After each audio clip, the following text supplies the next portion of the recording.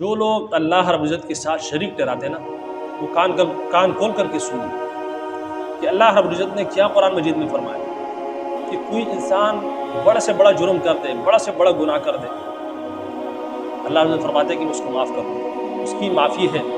ان اللہ لا یغفر ان یشرک بہ ویغفر ما دون ذلک لمن یشاء، کہ بے شک اللہ رب العزت اس شخص کی مغفرت نہیں کرتا جو اللہ کے ساتھ شریک ٹھہراتا ہے. وَيَغْفِرُ مَا دُونَ ذَلِكَ لِمَن يَشَاءُ، اور اس کے علاوہ جس کو بھی چاہے نا وہ بخش دے. وہ غفور رحیم ذات ہے. اگر کوئی شخص موحد ہے نا، اللہ رب العزت کی وحدانیت پر، اللہ رب العزت کی توحید پر ایمان اور یقین رکھتا ہے، چاہے بڑا سے بڑا گناہ گار کیوں نہ ہو، اللہ رب العزت اس کو معاف کرے گا، کیونکہ وہ عقیدہ توحید رکھتا ہے.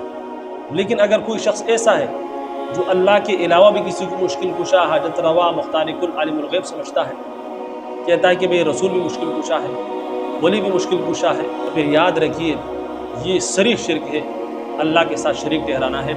کیونکہ قرآن مجید میں اللہ رب العزت نے کیا فرمایا؟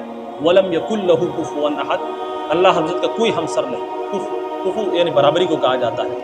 ہمارے ہاں بڑی بدقسمت یہ ہے کہ بہت سارے لوگ ایسے ہیں جو یہ عقیدہ رکھتے ہیں کہ بھائی اللہ بھی مشکل کشا ہے، رسول بھی مشکل کشا ہے، اللہ بھی حاجت روا ہے، رسول اور ولی بھی مشکل کشا حاجت روا ہے.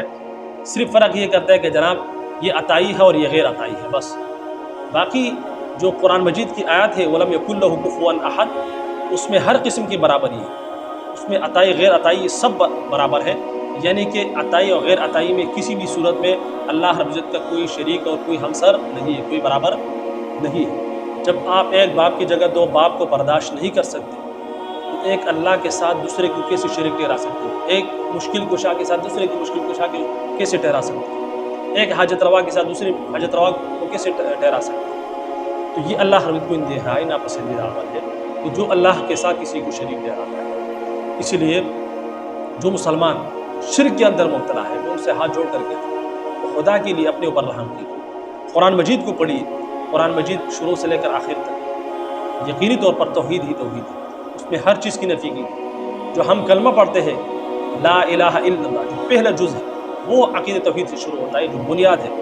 لا الہ الا اللہ، نہیں یہ کوئی عبادت کے لائق، نہیں یہ کوئی مشکل کشا، نہیں یہ کوئی حاجت روا، نہیں یہ کوئی مختار کل، نہیں یہ کوئی عالم الغیب الا اللہ، مگر اللہ تعالیٰ. اللہ کے علاوہ کوئی مشکل کشا حاجت روا نہیں، بلکہ سب کچھ کرنے والی ذات کون سی ہے؟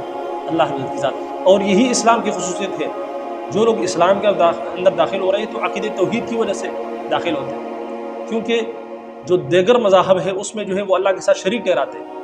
اور جو اللہ کے ساتھ شریک ٹھہراتا ہے تو آپ مجھے بتائیں کہ ایک ملک کے اندر ایک بادشاہ کے ساتھ دوسرا بادشاہ برداشت نہیں کر سکتا، تو ایک اللہ کی وحدانیت میں جو نظام کو چلا رہا ہے وہ دوسروں کو کیسے برداشت کرے گا؟ یہ عقل میں نہ آنے والی بات بھی ہے.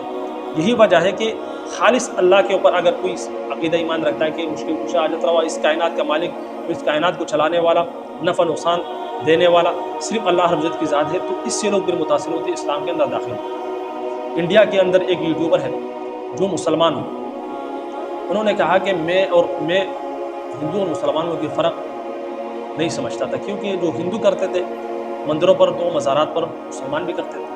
کہتے تھے کہ میں مزارات پر بھی جاتا تھا، جو چڑھاوے جو منتیں ہم مندر پہ کیا کرتے تھے بدھ کے سامنے، تو اسی طریقے سے وہ قبروں پر کیا کرتے تھے. لیکن جب میں نے سوشل میڈیا پر ایسے علماء کو سنا جو توحید جنہوں نے بیان کی، پھر میرے سمجھ میں آیا کہ یار یہ جو میں دیکھ رہا ہوں نہیں، یہ اسلام نہیں ہے.